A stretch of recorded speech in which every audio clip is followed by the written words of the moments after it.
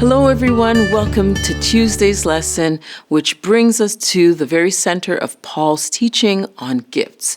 And it may surprise us where he plants it.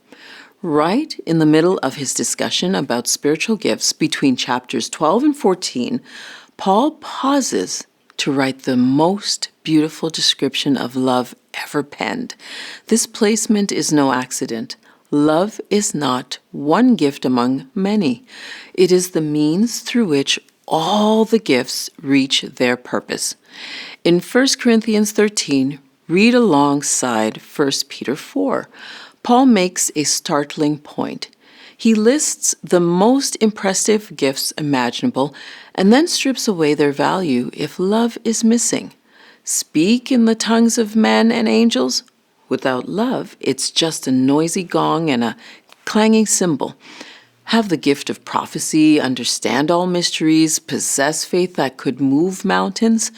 Without love, Paul says, you are nothing. Even the greatest spiritual abilities are empty if love does not drive them. Then Paul tells us what love actually does. And notice this carefully. The words he chooses show that love is not so much something we feel as something we practice.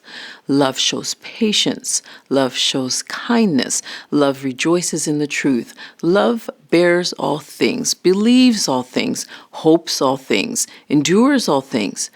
And on the other side, love does not envy.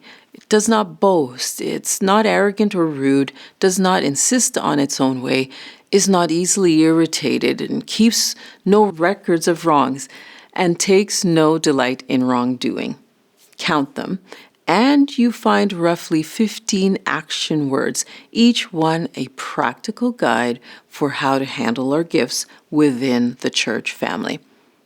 That is why Paul placed this hymn of love exactly where the conflict over gifts was raging. Love is the key that unlocks the right use of every gift.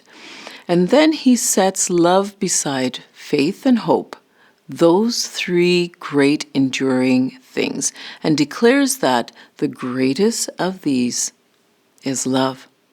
So why is love so central to our faith? Because love is the heart of God Himself, and the surest way to experience the reality of His love is to prayerfully reflect it back to others. We cannot truly know God's love while withholding it from the people around us. Friends, you may long for greater gifts, and that's a good desire. But Paul shows us a more excellent way. Pursue love. A small gift wrapped in love accomplishes more for the kingdom than the most dazzling talent offered without it. So let love be the atmosphere in which all our gifts are exercised, and Christ will be seen in us. That's the end of our study today. I hope to see you again tomorrow. God bless you.